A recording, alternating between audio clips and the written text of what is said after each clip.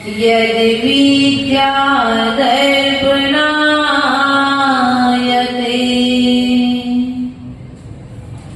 मेरी पवित्र मणि में गुरुदेव आओ, मेरे शास्त्र वाचन करो प्रतिभा जगाओ। अरे अंते भासित सभी श्रुति देविताओ, क्या बोलना अब मुझे तुम ही बताओ। बोले अत्यंत परमेश्वर भगवान की जय। देवादिदेव भगवान की जय। साक्षात भगवान महावीर स्वामी की जय। आचार्य भगवान देव विद्यासागर जी महाराज की जय। आचार्य भगवत विराग सागर जी महाराज की जय। आचार्य देवर 61 विशुद्ध सागर जी विभव सागर जी महाराज की जय।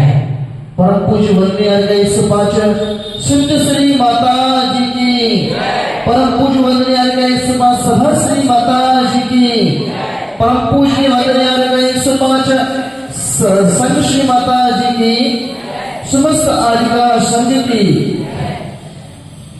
जय कारा गुरुदेव का।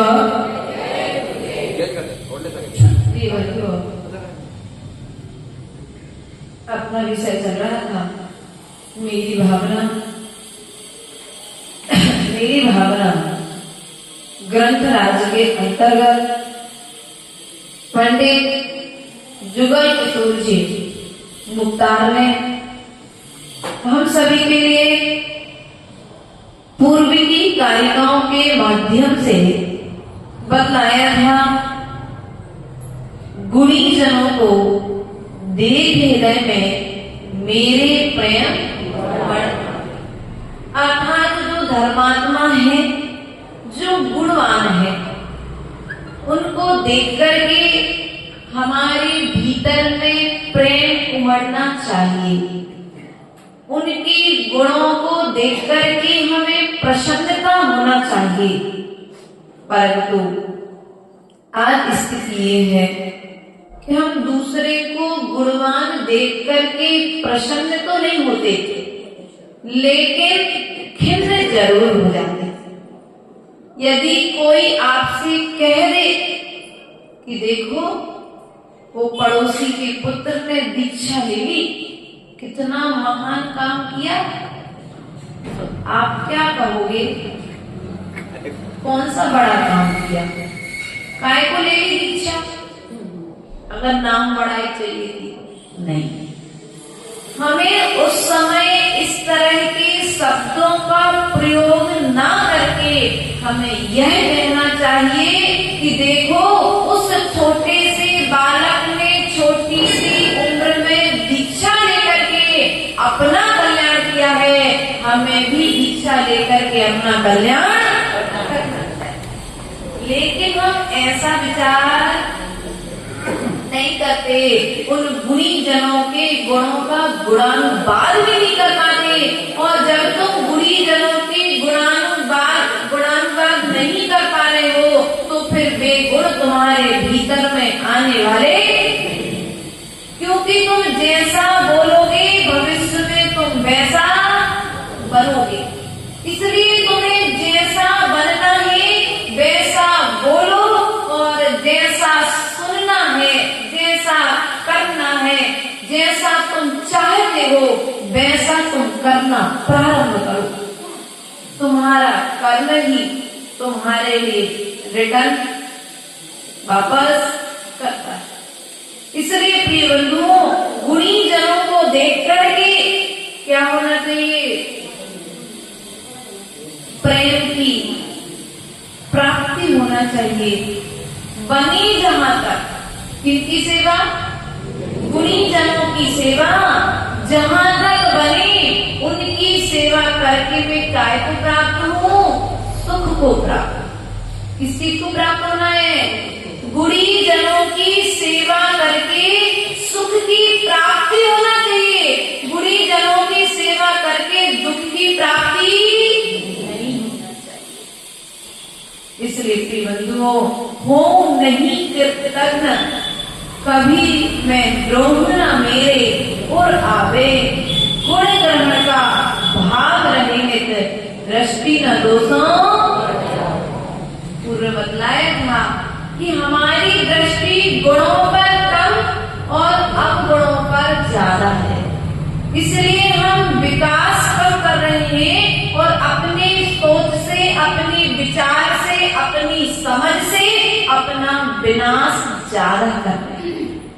इसलिए यार, यदि आप अपना विकास चाहते हैं और विनाश से बचना चाहते हैं तो आपके लिए क्या करना पड़ेगा? गुण देखने पड़ेंगे। क्या करने पड़ेंगे?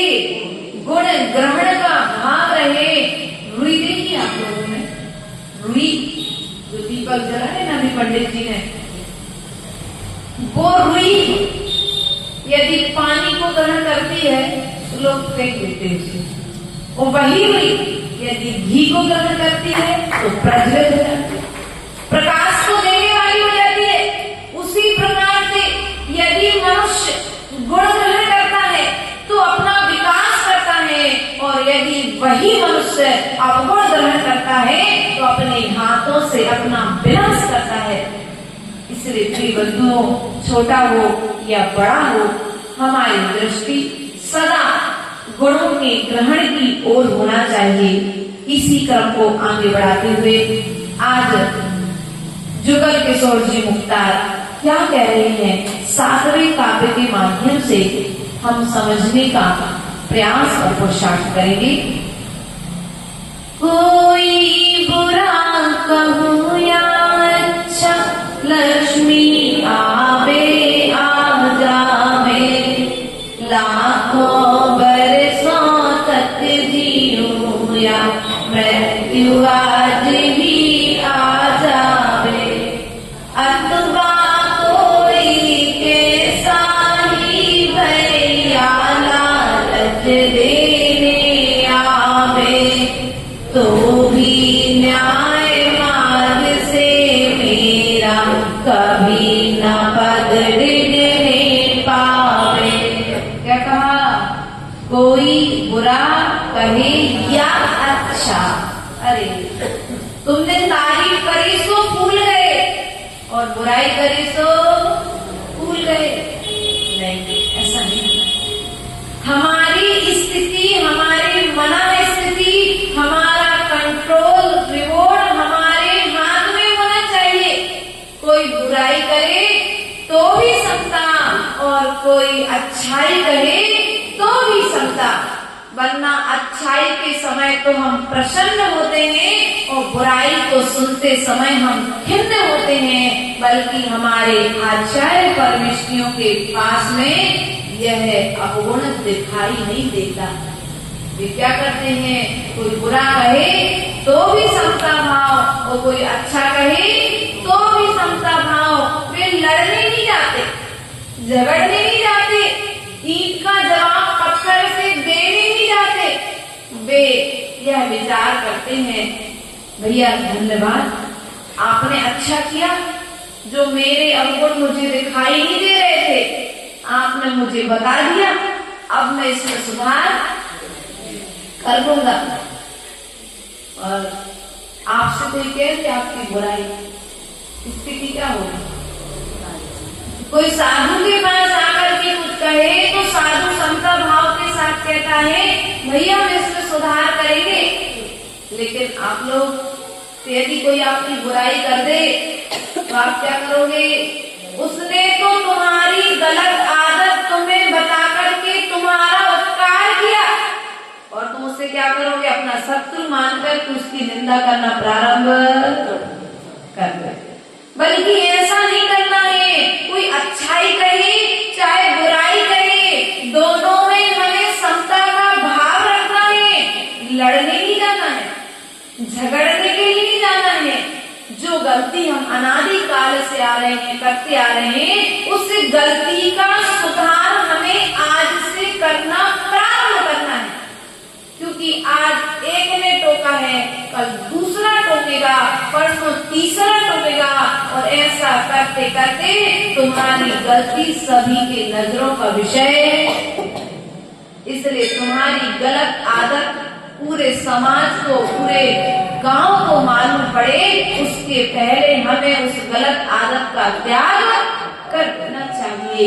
मेरी भावनाकार पंडित मुख्तार जी यही बात कह रहे हैं, कोई बुरा कहे या अच्छा कहे, दोनों में समता का भाव, लक्ष्मी आवे नहीं माता जी, ये बात नहीं करनी। आ तो जाए, जाना नहीं चाहिए।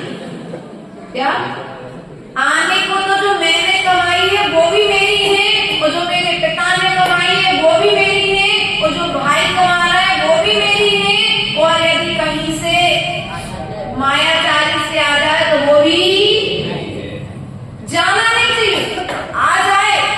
इसलिए प्रिय बंधुओं, हमारे तीर्थंकरों ने, चक्रवर्तियों ने क्या किया? लक्ष्मी आए या जाए, दोनों में समता का भाव रखो। तुम्हारे भाग्य में थी तो तुम्हारे घर में आएगी, और तुम्हारे भाग्य में नहीं थी तो आकर के वापस चल जाए। लेकिन इतना समता भाव होता कहाँ है? मंदिर में आए, सोने की अंगूठी धोखे से गिर गई, अरे भगवान किसी की नहीं गिरे, चेक कर लेना भी, धोखे से गिर गई, अब स्थिति क्या होगी? बोलो, रोना, गाना, चिल्लाना, चीखना, एक दूसरे पर आरोपित करना नहीं।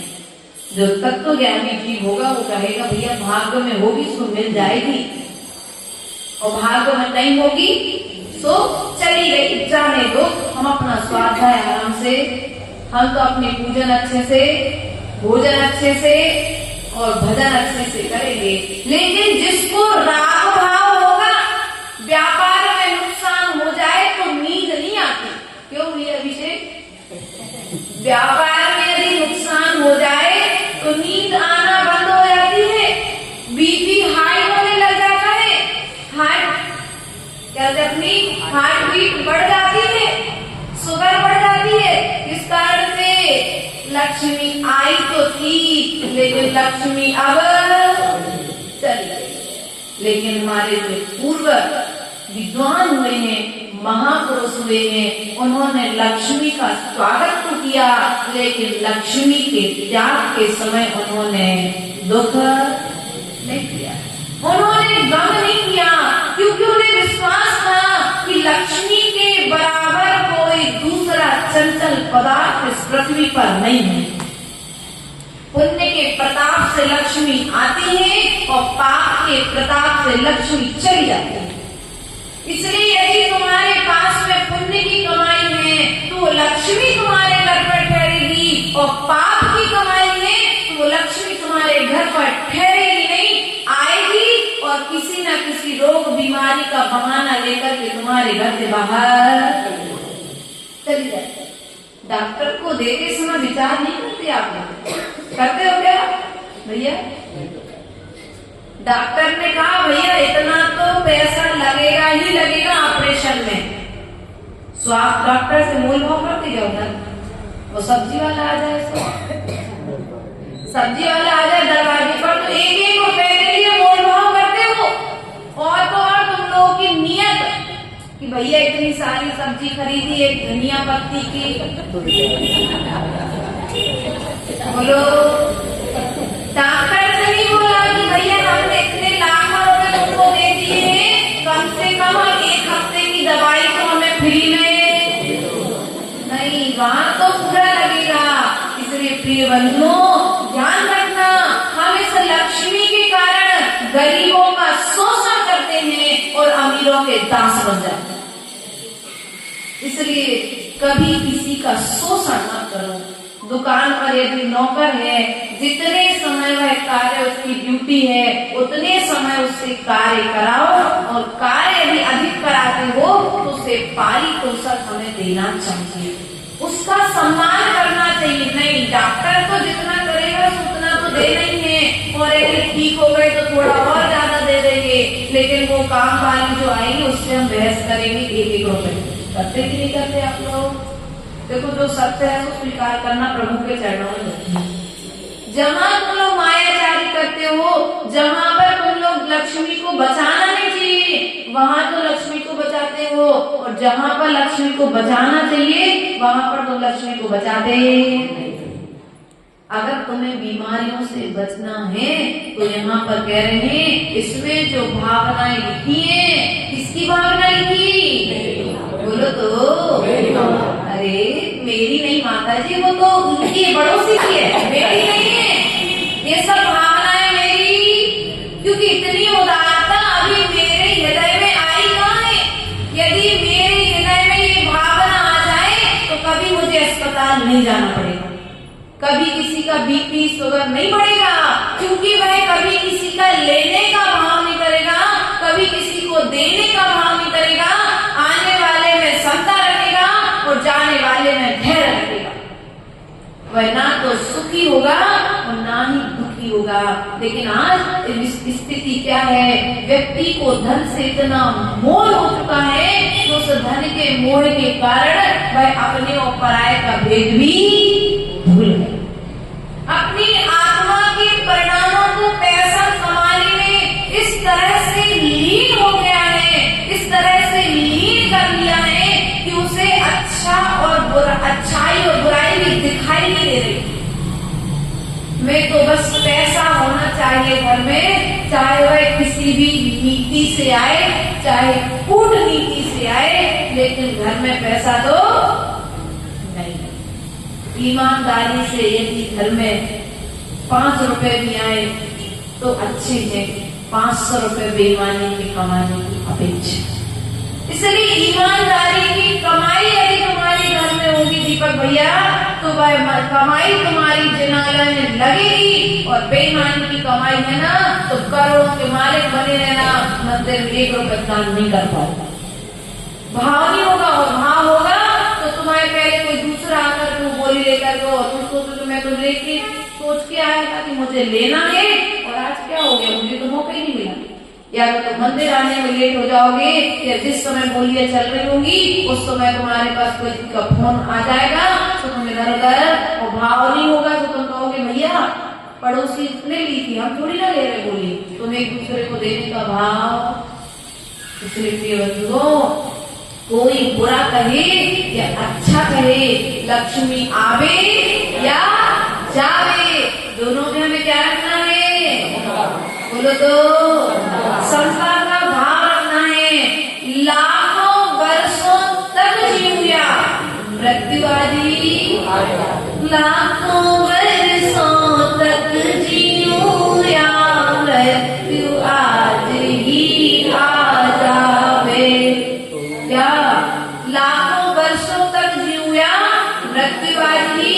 हे भगवान, मेरी यदि आयु कर्म शेष है तो कोई मुझे ले जा नहीं सकता, और मेरा आयु कर्म शेष नहीं है तो मंत्र तंत्र बहु कोई, मरते न बचावे कोई। क्या? यदि आयु कर्म शेष नहीं है प्रीतेश, तो कोई भी मंत्र तंत्र डॉक्टर तुम्हें बचा नहीं सकता, और यदि तेरा आयु कर्म शेष है तो कोई तुझे मान नहीं सकता। और हम तो अजर अमर है कि नहीं है? बोलो भैया, गलत बात नहीं करना चाहिए। अपन अजर अमर है, नहीं है क्या? अजर अमर है हम। ये पर्याय की अपेक्षा से, इस देह के निमित्त से, इस देह का परिवर्तन बार बार हो रहा है। यह आत्मा तो सदा से अजर अमर है और सदा अजर अमर रहेगी। बस जब तक कर्म है तब तक संसार में है, और जैसे ही कर्म छूटेंगे संसार भी छूट जाएगा, दुख भी छूट जाएगा, पैसा भी। अरे माता जी, संसार छूट जाए लेकिन पैसा नहीं छूट। क्या? संसार छूट जाए लेकिन पैसा, वो तिजोरी में जो जोड़ के रखा करके हमको पता पड़ रहा है बेचारों बढ़ गया है तो बेचारे दुखी हो रहे हैं। 30,000 का 3 लाख देना पड़ रहा है। इसलिए प्रिय बंधुओं, जो संपत्ति दुख का कारण बने उन संपत्ति को जोड़ना ही क्यों पड़े। हम लोग सबसे सुखी हैं। कोरोना काल आया तब भी कोई हमको परेशानी नहीं। नोटबंदी का कार्य आया उस समय भी हमको कोई कार्यक्रम कोई टेंशन नहीं। अभी सोने चांदी का रेट बढ़ा हमें कोई टेंशन नहीं। क्यों? क्योंकि हमारे पास में लेना भी नहीं, रखना भी नहीं और देना भी। इसलिए प्रिय बंधु, यदि जीवन में शांति चाहते हो, सुख से मरना चाहते हो, सुख से मरना कौन कौन चाहेगा? सुख से है? सुख से मरना चाहते हो? आप लोग नहीं चाहते? टेंशन में मरना चाहते हो? नहीं चाहते ना। सुख से सभी मरना चाहते हैं। टेंशन में क्लेश में कोई भी मरना नहीं चाहता है। यदि सुख से मरना चाहते हो तो तिजोरी में जो धन रखा है, जो तुमने पहन करके रखा है, जो जोड़ करके रखा है, उस धन से राग करना त्याग करो। ये भावना बार बार करो कि एक ना एक दिन मुझे इस धन को छोड़ करके जाना पड़ेगा। और तो और स्थिति देखो माताओं, जिस धन को तुमने जोड़ के रखा है ना, हमने देखी कई स्थितियां। दादी माताएं जीते जी जब सोना नहीं उतारती ना, तो जब मर जाती है तो बहू रोने के पहले कहती हो मम्मी का सोना चांदी तो उतार लो, बाद में फिर शमशान घाट पहुंचना। तेरे मोह की स्थिति तो देखो, तुमसे मोह नहीं था, तुम्हारे पैसे से उस विपरीत परिस्थिति में भी मोह कहाँ दिख रहा है। तुम्हारे गले में लटकी वो सोने की चेन बहू को उतारने की पड़ी है। नाना तरह की स्थितियां पुत्र को उतारने की पड़ी, नाना तरह की परिस्थितियां देखने में आती हैं। इसलिए सब तुम्हारे पुण्य के साथी हैं, पाप कर्म में कोई तुम्हारा साथ देने वाला। इसलिए तुम चाहते हो कि तुम्हारा बेटा तुम्हें अंतिम समय तक पानी पिलाए। ओ दीपक की माँ चाहती हो, तुम्हारी माँ तुम्हारी बहन माता जी है, और तुम चाहती हो कि अंतिम समय में तुम्हारे लिए अंतिम समय तक शुद्ध भोजन मिलता रहे, तुम्हारे पुत्र बधू तुम्हारी सेवा करते रहे। तो आज से पुण्य को इकट्ठा करना प्रारंभ कर दो, तुम्हारे अंतिम समय तक पानी पिलाने वाले तुम्हें मिलते रहे। जिनने पैसा इकट्ठा किया है ना, उनको अंतिम समय में पानी पिलाने वाले नहीं मिले, और जिन्होंने पुण्य इकट्ठा किया है उनके लिए पानी के साथ साथ में सब कुछ करने वाले लोग मिले कि नहीं मिले। विचार करना है, क्योंकि हमने आज तक पैसा इकट्ठा किया है। देखो जो खूब बड़ी बड़ी मिलें थी, जिनके बहुत बड़े बड़े व्यापारी थे, वे भी कोरोना काल में ऐसे मरे कि उनका पुत्र उन्हें देख नहीं पाए। पैसे को महत्व दिया था ना, धर्म को महत्व नहीं दिया। धर्म को महत्व दोगी तो अंतिम समय में तुम्हारे पास में कोई धर्मात्मा धर्म सुनाने वाला रहेगा, और पैसे को महत्व दोगे तो पैसा तुम्हारे साथ में भी जाने वाला नहीं है, और अंतिम समय में पैसे के बल पर धर्म सुनाने वाला भी कोई मिलने वाला है क्या? बोलो तो बात समझ में आ रही? पीछे वालों को सुनाई दे रही? तो ध्यान रखना, जो जो इकट्ठा करके रखा है उस इकट्ठे किए हुए धन को जीते जी दीपक भैया, या तो धर्म के लिए या पुत्र के लिए समर्पित कर देना, वरना मरने के बाद तो पुत्र उसका अधिकारी है ही, और जीते जी दोगे तो पुत्र तुम्हारी सेवा करेगा, और मरने के बाद पुत्र को जब लेना ही है धन तो जीते जी दे दो, तो तुम्हारी भी महिमा और पुत्र का भी भाव तुम्हारे प्रति अच्छा रहेगा। वरना होता ये है कि पूज्य पिताजी लोग को अपने पुत्र, अपने देह से निर्मित हुई संतान पर विश्वास नहीं होता, और जीते जी धन, अगर बेटे ने नहीं की सेवा तो अरे भैया ये नकारात्मक विचार लाना ही क्यों? आप अपने पुत्र से, अपने पुत्री से, अपनी वधू से, अपनी जो बहू घर पर आई है, उस बहू से इतना अच्छा व्यवहार रखो कि वह बहू तुमसे कहे कि माँ आप परेशान मत होना, मैं तुम्हारी सेवा के लिए तत्पर। इतना अच्छा व्यवहार रखो। धर्मात्मा लोग जो होते हैं ना, उन्हें कभी डरना नहीं पड़ता, उन्हें कभी दुखी नहीं होना पड़ता, क्योंकि वे मरण के पहले ही अपनी समस्त व्यवस्थाओं को त्याग देते हैं। इसलिए लाखों वर्षों तक जीव या मृत्यु आज ही आ जाए। भैया आपको यदि कह दिया जाए कि आपकी आयु के मात्र 4-5 घंटे शेष रह गए हैं, कितने घंटे? 4-5 घंटे शेष हैं। शेख जी साहब 4-5 घंटे में क्या करोगे आप? बोलो।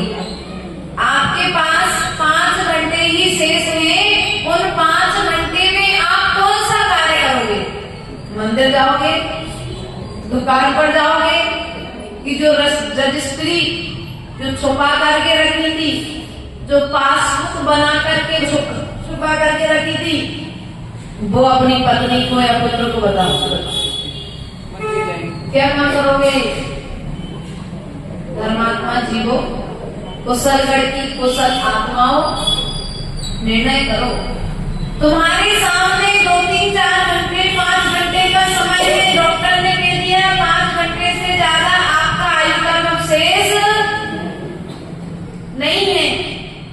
यदि धर्मात्मा होगा तो कहेगा मुझे 5 घंटे के भीतर में, यदि कोई साधु संत नगर के आसपास है, मुझे उनके पास ले जाओ, मेरी दीक्षा करा दो, मेरा समाधि पूर्वक मरण करा दो। और यदि कोई धर्मात्मा जीव नहीं होगा तो वो कहेगा भैया 5 घंटे शेष है, पूरे परिवार को एक साथ बुला दो, कम से कम मिल ले, फिर मिलेगी। अरे जो नहीं आ पा रहे उससे वीडियो कॉलिंग करा दो, ऐसे करोगे ना। और फिर पत्नी को बुलाकर के उसे सब चीजें, यहाँ इतना धन रखा है, इनसे इतना धन लेना है, इनको इतना धन देना है, ये अग्नियां, इनकी ये तारीख है, पूरी बता करके मरण को प्राप्त, शायद उनमें से हम भी एक हो सकते हैं। इसलिए लाखों वर्षों तक जीविया, मृत्यु आज ही। मृत्यु की तैयारी तुम लोग कब से करोगे? मृत्यु की तैयारी बीते 60 साल के बाद करेगा। जैसे रजिस्ट्री में लिख के आया हो कि 60 साल तू जिएगा, कोई पक्का है क्या? किसी का कोई पक्का नहीं है कि 60 साल तक जिएगा। किसी का कोई पक्का नहीं है कि अभी भैया तुम अच्छे बैठे हो और घर जाकर के पता नहीं क्या स्थिति बने और सुबह खबर मिले कि फलानी से टूट गई। ये कई स्थितियां ऐसी होती है। अभी हम लोग थे इंदौर में, चातुर्मास चल रहा था। एक माँ बीमार हुई, बीमार होने के बाद बिल्कुल स्वस्थ हो गई। दीपावली के दिन आकर उसने हमारे बहुत अच्छे से दर्शन किए और 2 दिन बाद खबर मिली कि वो माँ रजिस्ट्री पर लिख करके तो तुम्हारे जो कागज में जो तुमने घर लिखा है वो तो पक्का है, तुम्हें मिलेगा ही मिलेगा, लेकिन ये श्वास किसी को रजिस्ट्री पर लिखी हुई मिलने वाली नहीं है। इसलिए इनका कोई भरोसा नहीं है। पड़ोसी का भरोसा किया जा सकता है, परिवार के सदस्यों का भरोसा किया जा सकता है, लेकिन तुम्हारे आयु कर्म का कोई भरोसा। बोलो तो आज डॉक्टर जन्म की तिथि तो बता देता है, जन्म की तारीख तो बता देता है, लेकिन आज तक ऐसा कोई डॉक्टर पैदा नहीं हुआ जो तुम्हारे मरण का समय बता दे। हुआ है क्या? इसलिए मरण की किसी की भी तारीख फिक्स नहीं है, किसी का कोई समय फिक्स नहीं है। इसलिए जीते जी अपने मरण की तैयारी कर लो। जिन जिन विषय भोगों से तुम्हें राग है, उन विषय भोगों को त्यागने की तैयारी आज से कर दो, क्योंकि अंतिम समय में जिस रसगुल्ले को तुम बढ़िया से खा रहे हो ना, रसना इंद्री निर्मल हो जाएगी, उस रसगुल्ले का स्वाद तुम्हें आने वाला नहीं है। इसलिए प्रिय बंधुओं, प्रयास और पुरुषार्थ करो, अथवा कोई कैसा ही भय या लालच देने आवे, कोई कैसा भी हो मुझे लालच देने भी आवे, तो मैं क्या करूं, तो भी न्याय मार्ग से मेरा कभी न पग। कोई किसी भी प्रकार से किसी भी तरह से मुझे लालच देने आवे, तब भी मैं न्याय मार्ग से बिकूंगा नहीं। ऐसा विचार हमारे लिए निरंतर करते रहना चाहिए, क्योंकि न्याय मार्ग पर चलोगे तो तुम्हारे साथ में कभी अन्याय नहीं होगा, और अन्याय मार्ग पर चलोगे तो तुमने दूसरे के साथ अन्याय किया है, तुम्हारे साथ में भी कोई अन्याय करने वाला पैदा। तुमने आज अपनी सास की सेवा नहीं की है, तो कल तुम्हारी बहू तुम्हारे साथ गलत व्यवहार, तुम्हारी भी सेवा नहीं करेगी। इसलिए आचार्य गुरुदेव सदा एक बात कहते थे कि जैसा व्यवहार तुम दूसरों से अपने प्रति चाहते हो, वैसा व्यवहार हमें दूसरे के साथ आज से करना प्रारंभ करना चाहिए, तभी जाकर के हमारे दुखों का निवारण होगा। इन्हीं भावनाओं के साथ बोले भगवान महावीर स्वामी की। आज परम पूज्य आचार्य भगवंत विद्यासागर जी महाराज का समाधि दिवस है। प्रिय बंधुओं, आचार्य भगवंत विद्यासागर जी महाराज इस युग के एक महान आचार्य हुए, जो इस युग में मुनि धर्म क्या होता है, मुनि की चर्या क्या होती है, जैन तो शास्त्रों के माध्यम से जानते थे, लेकिन जैनेतरों के बीच में भी जैन धर्म को जयवंत कर दिया।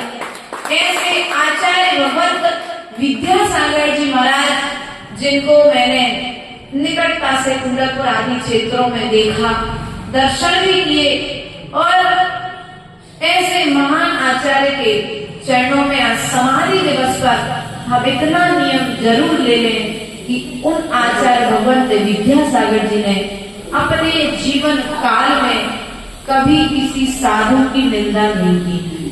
ठीक है, बोलो, कभी किसी साधु की निंदा नहीं की, कभी किसी साधु का विरोध नहीं किया, कभी किसी साधु के विषय में अपशब्द नहीं बोले।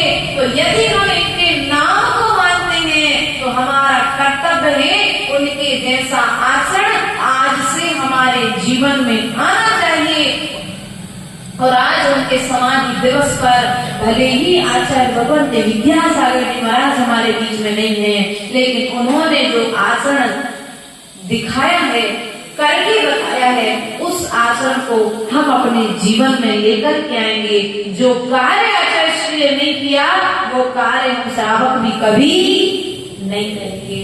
कोई भी पंथ हो, कोई भी संत हो, हमें सबकी सेवा, हम संत ना बन सके कोई बात नहीं, लेकिन आचार्य श्री कहते थे यदि हम श्रेष्ठ श्रावक भी बन गए तो हम अपना कल्याण कर सकते हैं। इसलिए संत कब बनोगे ये पता नहीं, लेकिन श्रेष्ठ श्रावक को अपने घर में रह करके बन सकते हो। संतों की सेवा तो कर सकते हो कि नहीं कर सकते। इसलिए आज उनके समाधि दिवस पर हम गुरु के चरणों में बारंबार नमोस्तु निवेदित करते हैं, और यही भावना करते हैं कि आचार्य भगवत आपने जिस प्रकार से इंगित मरण को प्राप्त किया है, समाधि मरण को प्राप्त किया है, हम भी आपकी तरह निर्विकल्प निर्गंध समाधि कर सकें, ऐसा आशीष हमारे लिए सदा प्रदान करते रहे। आप नाम को मानते हो, लेकिन हम उनके आचरण को मानते हैं। इसलिए जो नाम को मानते हैं वे उनके आचरण की ओर बढ़ने का प्रयास करेंगे, तो निश्चित ही आचार्य भगवंत की यह समाधि दिवस मनाना सार्थक होगा। गुरु चरणों में बारंबार नमोस्तु निवेदित करते हुए बोले परम पूज्य आचार्य गुरुवरिष्ठ विद्यासागर जी महाराज की, परम पूज्य आचार्य गुरुवरिष्ठ विभव सागर जी महाराज की। आज शाम को सब लोग अपने कार्यक्रम तो कुछ रखा नहीं है, लेकिन इतना करेंगे कि अपने अपने घर से एक एक दीपक लेकर के आएंगे और सामूहिक रूप से चाहे मंदिर में करो या संत निवास में करो, गुरु जी की फोटो पर लेके रखें। नहीं, हम शाम को नहीं आ पाए, साधु का चर्या में दोष लगे ऐसा क्यों है ना, तो वहां नहीं जा पाए, हम यहाँ नहीं आ पाए। दर्शन करने तो आते हैं, लेकिन आप लोग 5:30 बजे आओगे नहीं, है ना, और 6:15 बजे हो जाता है अंधेरा, तो हम 6:15 बजे के बाद यहाँ रोड क्रॉस नहीं कर सकते। इसलिए आप लोग या तो मंदिर में आरती कर लेना, जहाँ पंडित जी व्यवस्था बना दे, या फिर संत वालों में अच्छी बढ़िया ढोलक वगैरह ला ले। अपने अपने घर से सौदर मित्र और सौदर मित्र, आज के सौदर मित्र हो, बढ़िया अच्छे गाजे बाजे के साथ भगवान की आरती लेकर के आना, और सब एक साथ में अच्छे गुरुदेव की आरती करना। अपना प्रदुमन चरित्र चलेगा और जो चलता है कृष्ण मंचाली वो सब क्रियाएं चलेगी, लेकिन इसमें आज अपन आरती प्लस कर लेंगे। पूरे परम पूज्य आचार्य भगवत विभव सागर जी महाराज श्री माता जी की जय। जय माला करेंगे जी। ध्यान रखिए, समय का ठीक 6:30 बजे हमारा कार्यक्रम हो जाएगा।